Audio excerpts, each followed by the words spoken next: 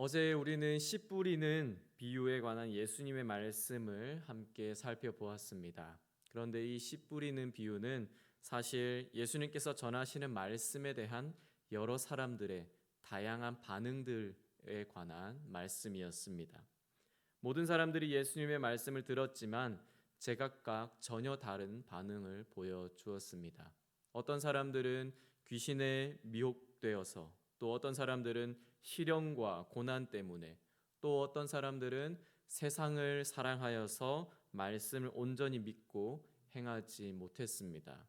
그러나 마음이 좋은 사람, 마음이 착하고 좋은 마음을 가진 사람들은 말씀을 듣는 것뿐만 아니라 지키고 인내하여서 결실을 맺었습니다. 예수님께서 그 비유를 통해서 제자들과 무리들에게 말씀하고자 하셨던 것은, 내가 전하는 하나님의 이 말씀을 너희가 마음에 깊이 새기라. 너희는 이 말씀이 잘 자랄 수 있도록 좋은 마음, 착한 마음을 가진 자들이 되라. 그래서 내 말을 잘 듣는 것뿐만 아니라 말씀대로 잘 행하는 자들이 되라는 것이었습니다. 그리고 이어서 예수님께서는 같은 말씀을 다른 상황을 통해서 계속해서 말씀하고 있습니다.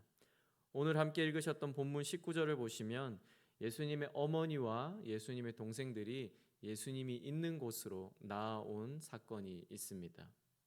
그러나 예수님께서는 무리들에게 둘러싸여 있었기 때문에 가족들이 예수님께로 가까이 나아올 수가 없었습니다. 그리고 어떤 한 사람이 예수님께 가족들이 왔다는 사실을 알립니다. 그런데 그 얘기를 들은 예수님은 좀 뜬금없는 말씀을 하십니다. 21절 말씀입니다. 내 어머니와 내 동생들은 곧 하나님의 말씀을 듣고 행하는 이 사람들이다. 예수님께서 이렇게 말씀하셨습니다. 지금 이 상황에서 이 말만 들으면 예수님께서 가족들을 탐탁지 않게 여기시는 것처럼 들립니다. 마치 예수님의 가족들은 하나님의 말씀을 듣고 행하지 않는 자들처럼 보여지고 있습니다. 예수님께서 왜 굳이 이 상황에서 이런 말씀을 하셨는지 좀 의아하고 의문이 생깁니다. 예수님의 이 말씀은 누가복음뿐만 아니라 마가복음에도 기록되어 있습니다. 본문에서 누가는 예수님의 어머니와 그 형제들이 어떤 목적과 어떤 이유에서 예수님을 방문하였는지 이유를 설명하고 있지는 않지만, 마가는 그 이유를 추정해 볼 수 있는 이야기를 함께 기록하고 있습니다. 마가복음 3장 20절에서 22절에서는 이렇게 말씀하고 있습니다. 제가 세번역 성경으로 한번 읽어 보겠습니다. 예수께서 집에 들어가시니 무리가 다시 모여들어서 예수의 일행은 음식을 먹을 겨를도 없었다. 예수의 가족들이 예수가 미쳤다는 소문을 듣고서 그를 붙잡으러 나섰다. 예루살렘에서 내려온 율법학자들은 예수가 바알세불이 들렸다고 하고, 또 그가 귀신의 두목의 힘을 빌어서 귀신을 쫓아낸다고도 하였다. 이렇게 마가는 기록하고 있습니다.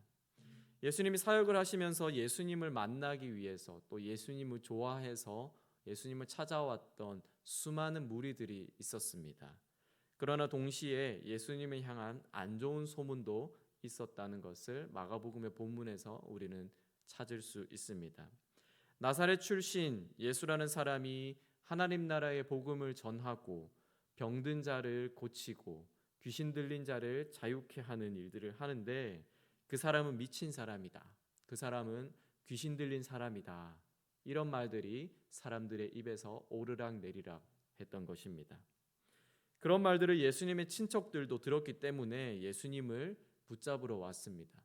그리고 아마 예수님의 어머니와 형제들도 친척들과 이웃 사람들에 의해서 예수님에 관한 소문들을 들었을 것입니다. 그 때문에 가족들의 걱정이 아마도 컸을 것입니다. 정말 사람들이 말하는 것처럼 예수가 귀신 들린 것이라면 어떻게 해야 하지? 예수가 정말 미친 것이라면 어떻게 해야 될까라는 고민들이 그들 가운데 있었을 것입니다. 그래서 나사렛에서 예수님이 계신 갈릴리 가버나움까지 40km나 되는 거리를 그들이 찾아왔던 것입니다. 그런데 아까도 보셨듯이 예수님의 반응이 어땠습니까? 어머니와 형제들을 향한 반응이 어땠습니까? 마가복음에 따르면 걱정되어서 자신을 찾아온 어머니와 그 형제들이 많은 사람들 때문에 가까이 오지 못한다라는 이야기를 들었음에도 불구하고 도리어 누가 내 어머니이며 누가 내 형제인가라고 사람들에게 물었습니다. 예수님이 아주 무심해 보입니다. 하나님의 아들로 이 땅에서 하나님 나라의 복음을 전하는 것이 중요하지만 가족들을 생각하지 않는 아주 무책임한 사람처럼 예수님이 보여지기도 합니다. 그런데 정말 예수님께서 하나님의 일을 하신다고 하여서 어머니와 동생을 무시한 것일까요? 정말 예수님이 그렇게 무책임한 분이실까요? 하나님의 아들이기 때문에 자기를 낳아주신 육신의 어머니는 별로 중요하게 여기지 않는 것일까요? 오직 하늘 아버지만을 중요하게 여겼을까요?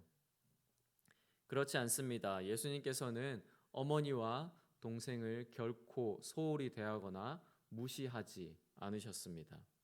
예수님께서 거기 있는 사람들에게 누가 내 어머니이며 누가 내 동생인가라고 물으셨던 것은 육신의 어머니가 이제는 더 이상 내 어머니가 아니고 피를 나눈 형제들이 더 이상 나의 형제가 아니다라고 말씀하신 것이 아닙니다. 그것은 예수님을 통해 맺어진 새로운 가족의 모습을 보여주기 위함이었습니다. 피를 나눈 가족뿐만 아니라 하나님 안에서 새롭게 시작된 가족도 중요하다는 말씀을 하기 위해서 그 말씀을 하신 것입니다.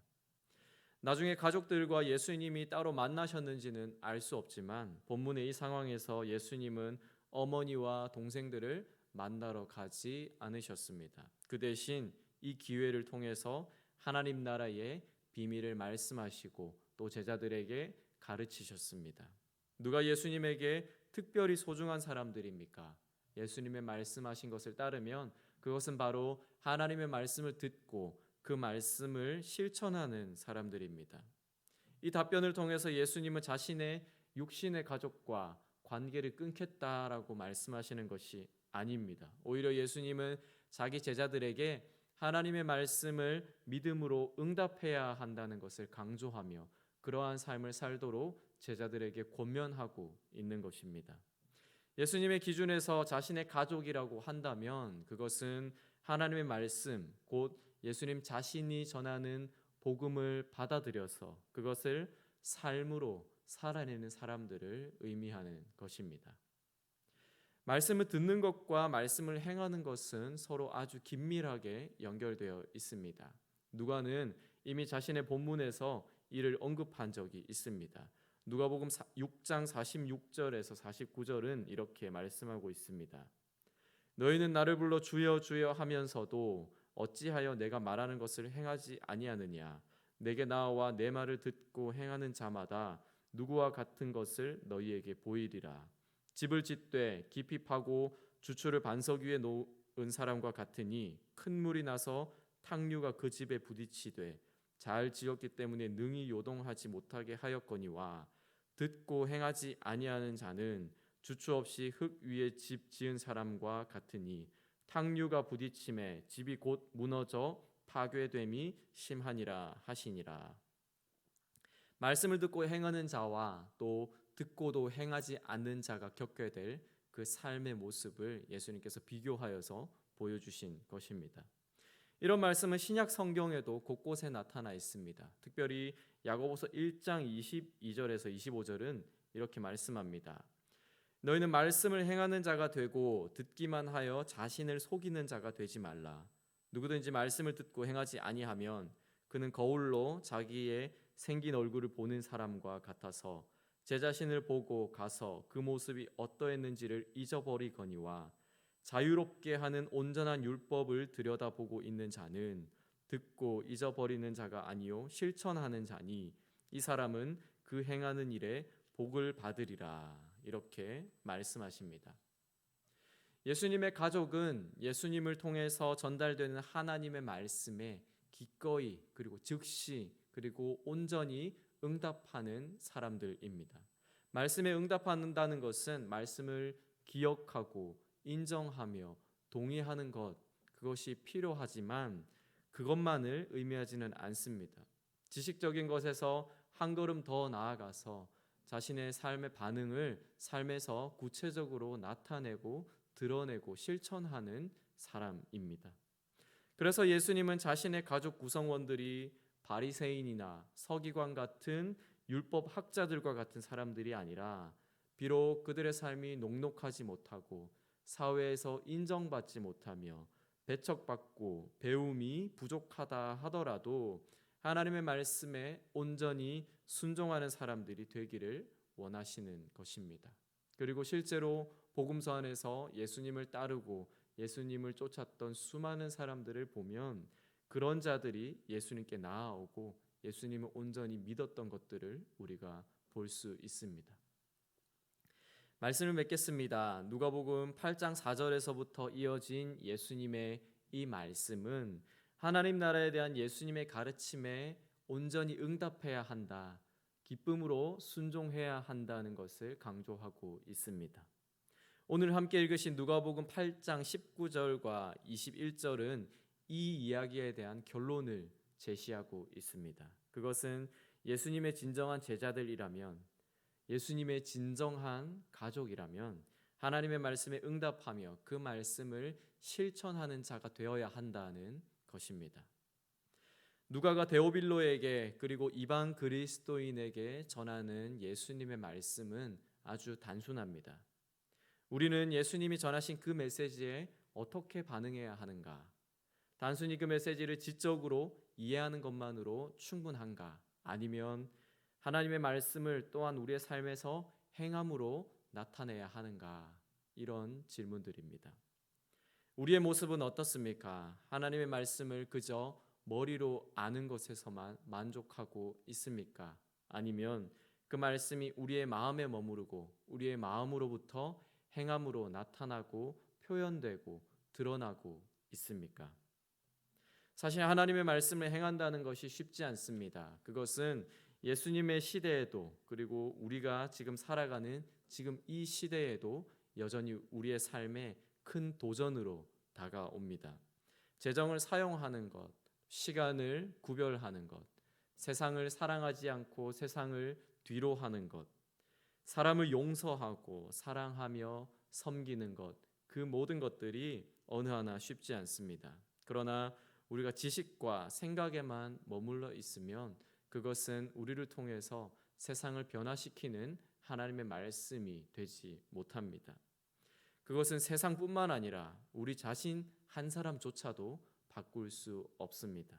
그러나 예수님께서 말씀하셨듯이 우리가 하나님의 말씀을 듣고 또 우리의 마음에 깊이 심어서 그것을 행하면 그것은 하나님께서 우리의 삶을 기뻐하시는 것뿐만 아니라 예수님께서 전하신 하나님의 나라가 우리를 통해서 세워지고 전해지고 나타나며 회복되어지는 그 시작이 되고 그 출발점이 되는 것입니다.